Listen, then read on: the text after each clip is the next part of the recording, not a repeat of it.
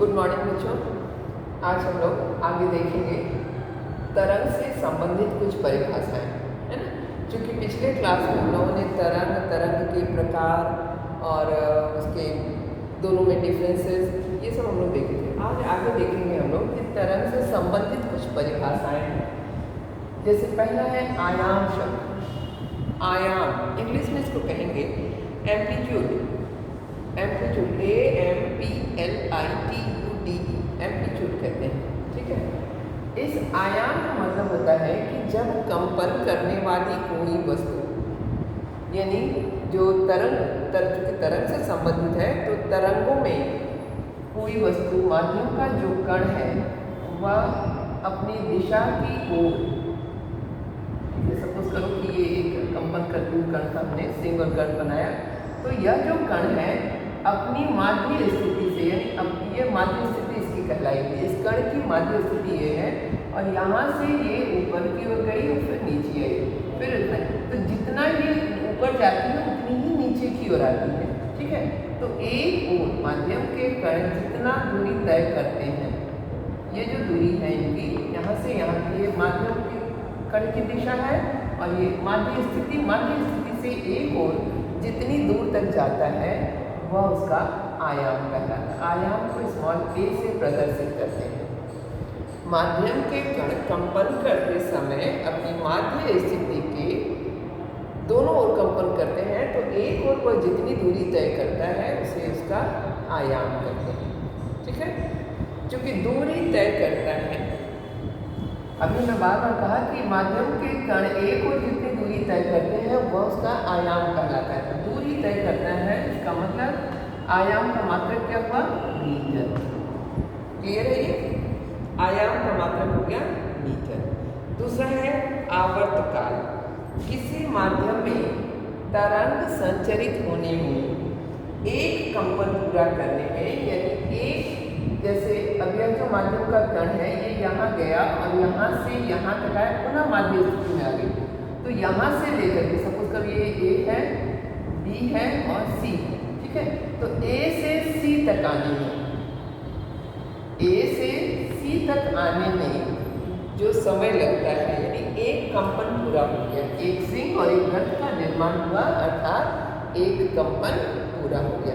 तो इस एक कंपन पूरा होने में जो समय लगता है उसको कहते हैं आवर्तकाल। कंपन करती हुई वस्तु के एक कंपन पूरा करने में जो समय लगता है उसे उसका आवर्तकाल कहते हैं।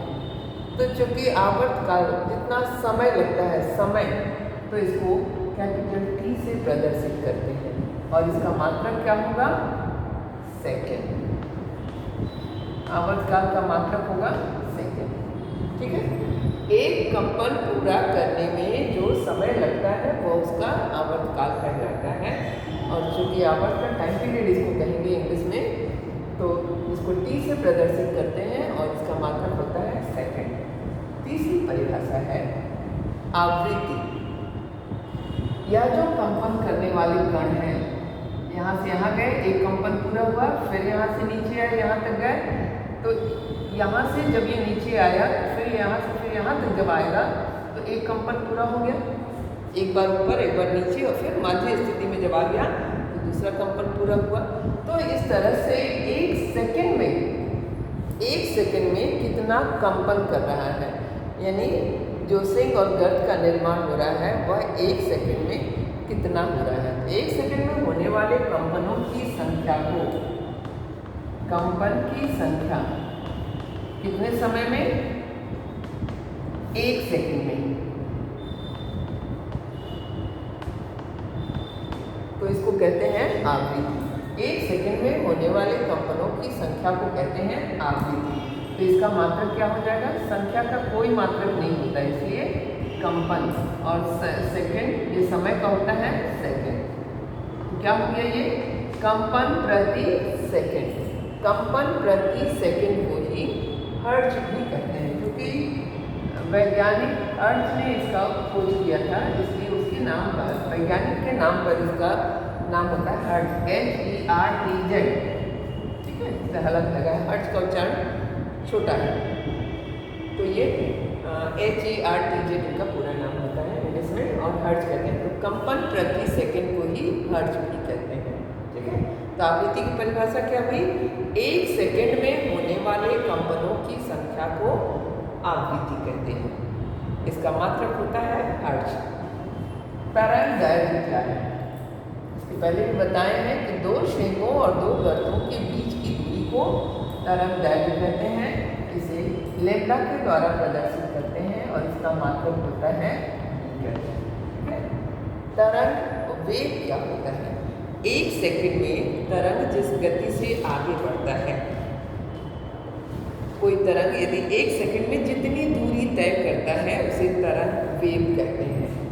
कोई तरंग एक सेकंड में जितनी दूरी तय करता है, ये सपोज करो ये तरंग एक सेकंड में जितनी दूरी तय करेगा, यानी दूरी बटे में समय, एक सेकंड में, तो दूरी का मात्रक क्या हो गया? मीटर, और समय का मात्रक सेकंड, पूरा क्या हो गया? मीटर प्रति सेकंड। इसे प्रदर्शित करते हैं स्मॉल v के द्वारा। वेग है ना, वेलोसिटी, वेग वेलोसिटी स्मॉल v के द्वारा इसको प्रदर्शित करते हैं, ठीक है। तो ये 4-5 परिभाषाएं जो कि आपको एकदम रट जाना है, आपको मालूम होना चाहिए, क्योंकि जूनियर क्लास में पढ़ी होगी ये सब चीज़। फिर आज रिवाइज करेंगे, एक बार फिर से सुनो। आयाम कंपन करती हुई या तरंगों के द्वारा माध्यम के कण जो है वह अपने स्थिति के एक ओर जितनी दूरी तय करते हैं वह उसका आयाम कहलाता है। इसे a के द्वारा प्रदर्शित किया जाता है। आयाम का मात्रक होता है मीटर, ठीक है। आवर्तकाल, एक कंपन पूरा करने में जो समय लगता है उसे आवर्तकाल कहते हैं। इसे कैपिटल T से प्रदर्शित करते हैं। इसका मात्रक होता है सेकंड, ठीक। आवृत्ति, एक कंपन करने में लगने वाले समय को आवृत्ति कहते हैं। इसका मात्रक होता है हर्ट्ज। तरंग दैर्घ्य, कंपन करते हुए कणों में जो दो श्रृंग और दो गर्तों के बीच की दूरी या दो संपीड़न या दो बेलन के बीच की दूरी होती है उसे तरंग दैर्घ्य कहते हैं। इसे लैम्ब्डा के द्वारा प्रदर्शित करते हैं। इसका मात्रक होता है मीटर। तरंग वेग, वेलोसिटी, वेग वेलोसिटी, एक सेकंड में कितनी दूरी तय करता है? कोई तरंग एक सेकंड में जितनी दूरी तय करता है वह उसका वेग कहलाता है, जिसे तरंग वेग कहते हैं। इसको स्मॉल v से प्रदर्शित करते हैं। इसका मात्रक होता है मीटर प्रति सेकंड। ये भी परिभाषा है सबको। अब इसके बाद हम लोग देखेंगे आवृत्ति, वेग तथा तरंग दैर्घ्य में संबंध।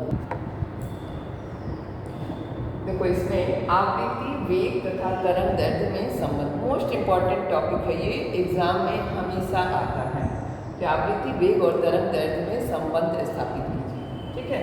तो मान लिया कोई तरंग है जिसका कि आवर्तकाल t है और उसका आवर्तकाल t है। आवृत्ति को n से प्रदर्शित करते हैं, आवृत्ति इक्वल टू n, और इस आवर्तकाल में इस t सेकेंड में या लैम्ब्डा दूरी तय करता है, यानी उसका तरंग दैर्घ्य क्या हो गया? लैम्ब्डा, ठीक है। यदि t आवर्तकाल में वह लैम्ब्डा दूरी तय करता है तो t सेकंड में तरंग द्वारा चली गई दूरी क्या हो गई? लैम्ब्डा। एक सेकंड में तरंग द्वारा चली गई दूरी क्या हो जाएगा? Lambda upon t, lambda upon t, यानी यह दूरी और समय। तो दूरी बटा समय इक्वल टू क्या होता है? वेग। क्योंकि एक सेकंड में तय की गई दूरी जो होता है, एक सेकंड में तय की गई दूरी को कहते हैं v, तरंग वेग। देन v इक्वल टू, लिख सकते हैं इसको लैम्ब्डा अपॉन t। एक सेकंड में तरंग द्वारा चली गई दूरी लैम्ब्डा अपॉन t है, तो v equal to lambda upon t हो जाएगा, क्योंकि एक सेकंड में चली गई दूरी ये भी होती है, v होती है। देन v इक्वल टू, अब इसको हम ऐसे लिख सकते हैं, v इक्वल टू